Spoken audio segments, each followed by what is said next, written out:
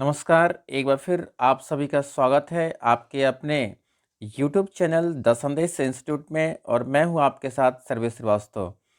और आज की इस क्लास में मैं आपको भारतीय संविधान के कुछ महत्वपूर्ण टॉपिक्स के बारे में हम आपसे डिस्कस करेंगे, जो कि ये एग्ज़ाम्स के लिए बहुत ही ये इम्पोर्टेंट है। सो आप इस वीडियो को जो है आप लास्ट तक आप देखें। और यदि आप हमारे चैनल पर आप पहली बार आप विजिट कर रहे हैं तो आप हमारे चैनल को जो है आप सब्सक्राइब ज़रूर कर लें। उसके बगल में नोटिफिकेशन बेल दिया गया है, उसको भी आप ऑन कर लीजिए, ताकि इसी तरह की लगातार और इंटरेस्टिंग वीडियो जो है सबसे पहले आपको देखने को मिलती रहे। सो चलिए हम जो टॉपिक स्टार्ट करते हैं। सबसे पहले यहाँ पर आप देखेंगे कि भारतीय संविधान के कुछ महत्वपूर्ण टॉपिक्स हैं, जो कि इसमें पहला क्वेश्चन जो है यहाँ पर आप देखेंगे कि भारतीय संविधान का निर्माण करने के लिए संविधान सभा का चुनाव जुलाई 1946 में किया गया था।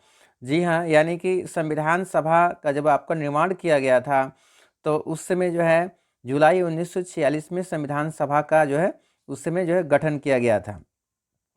इसके बाद अगला क्वेश्चन जो है यहाँ पर देखेंगे कि संविधान सभा के सदस्यों का चुनाव जनता द्वारा अप्रत्यक्ष रूप से किया गया था।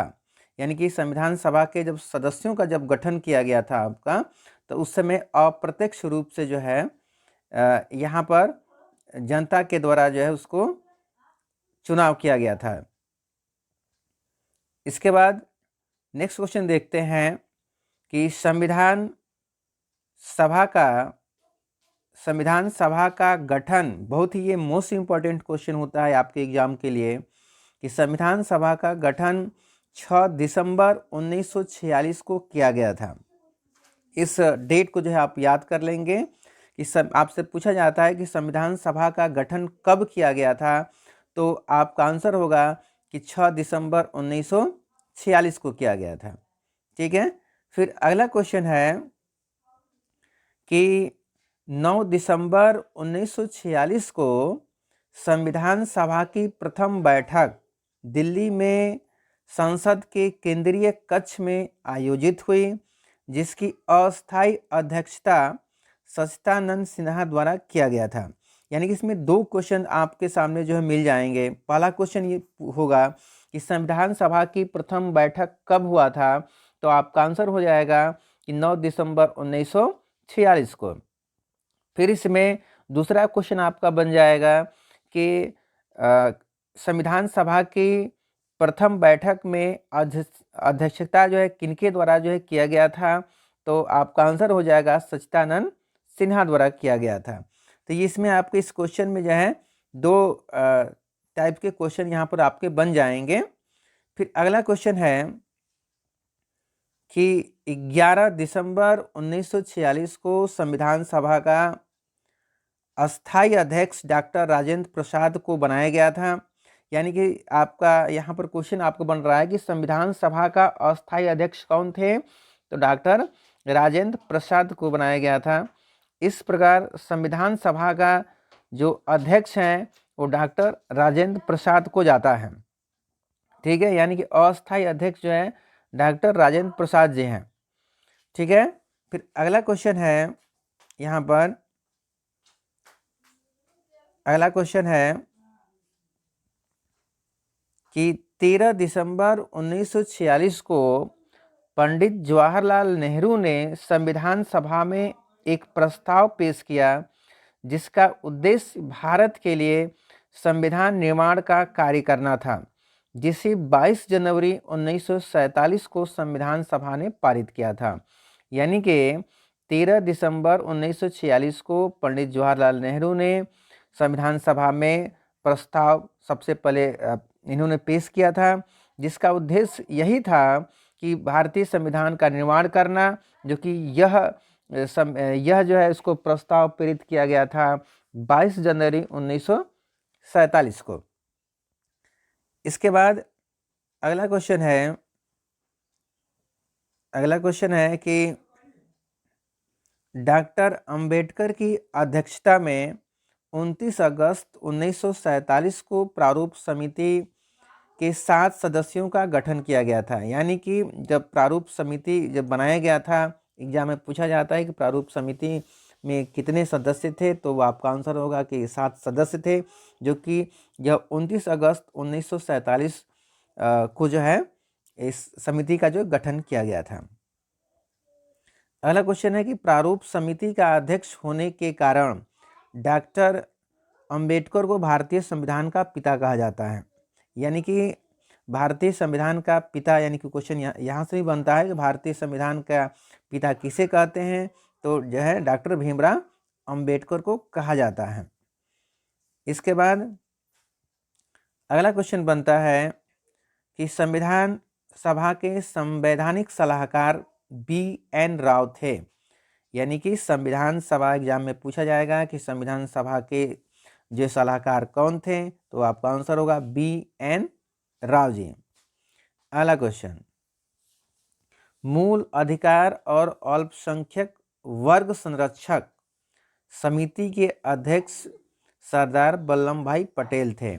यानी कि मूल अधिकार एवं अल्पसंख्यक वर्ग के जो समिति के जो अध्यक्ष थे वो कौन था? वल्लभ भाई पटेल जी थे।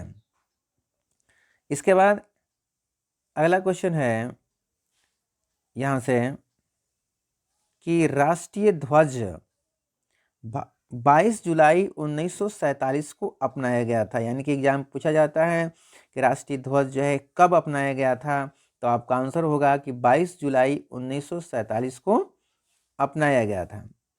फिर अगला क्वेश्चन बनता है कि झंडे की जो लंबाई और चौड़ाई जो होता है इसका अनुपात क्या होता है, तो 3:2 का होता है। यानी उसकी चौड़ाई 3 की रहेगी और उसकी ऊंचाई क्या रहेगी? 2 का रहेगा। ठीक है, तो ये इंपॉर्टेंट क्वेश्चन जो है आप लोगों के लिए है। इसके बाद फिर अगला पॉइंट आता है कि भारतीय संविधान के निर्माण में 2 वर्ष 11 माह 18 दिन लगा था। ध्यान देंगे, यानी कि संविधान का जब आपका निर्माण किया गया था तो उसमें कितना समय लगा था, तो 2 वर्ष 11 माह 18 दिन का जो है समय लगा था, जिसमें लगभग खर्च आपके 64 लाख रुपया यहाँ पर आया हुआ था आपका। यानी कि 64 लाख रुपया जो है उस समय आपके खर्च किए गए थे भारतीय संविधान के निर्माण में। इसके बाद यहाँ पर अगला क्वेश्चन जो है यहाँ पर देखेंगे,